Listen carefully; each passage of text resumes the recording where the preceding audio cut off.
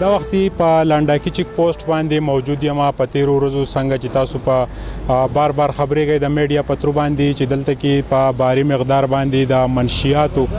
روکتام د پاره چې د پولیس سرګرم دي نن چې د هم 3.5 کیلو اعلی کوالټي چرس نیول شوی د غیر تفصيلاتونه به تاسو خبرو د غرنګي د مخکې چې د نو آیس چې د هغه هم د پولیسو په ورقه کې راغلي دي د دې سره چې د اسلحې سمګلینګ هم په لنډاکي چیک پوسټ باندې ناکام شوی دی په دې ټول صورتحال به خبرې کوو په کم گاډي کې نیول شوی دي دغه گاډي اطلاع دي ته څنګه شو د کوم خوپیا خانونو دوی دا چرس راوستي دي راځي زموږ سره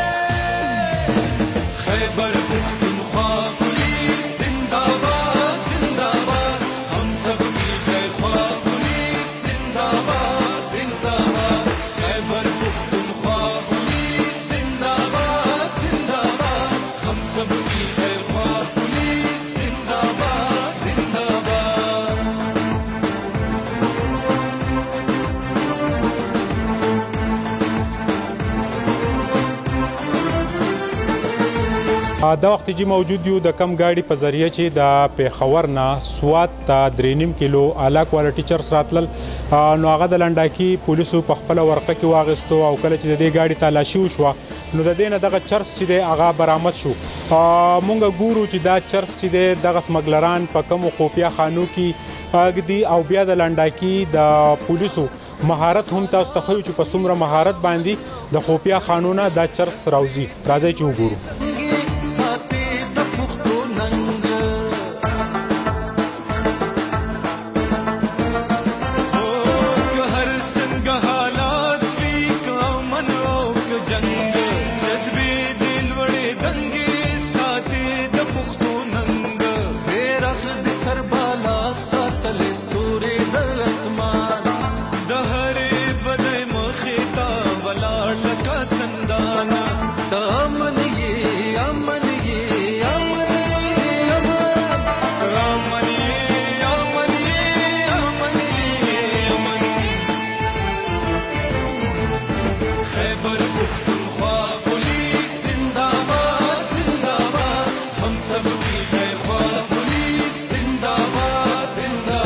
د سوات په اهم چیک پوسټ لنډاکي باندې د روزانه په بنیاد باندې د سمګلرانو ملا ماتيږي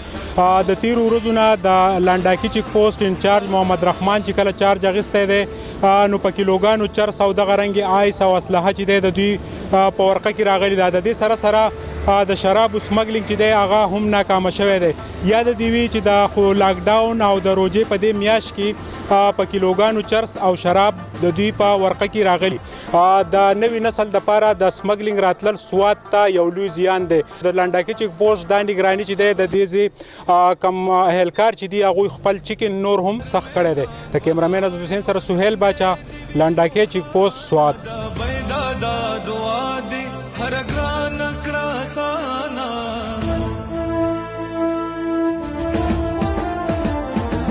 کمشر دې ککشر کپهر سو کیناس دې بس امن دې غرض دې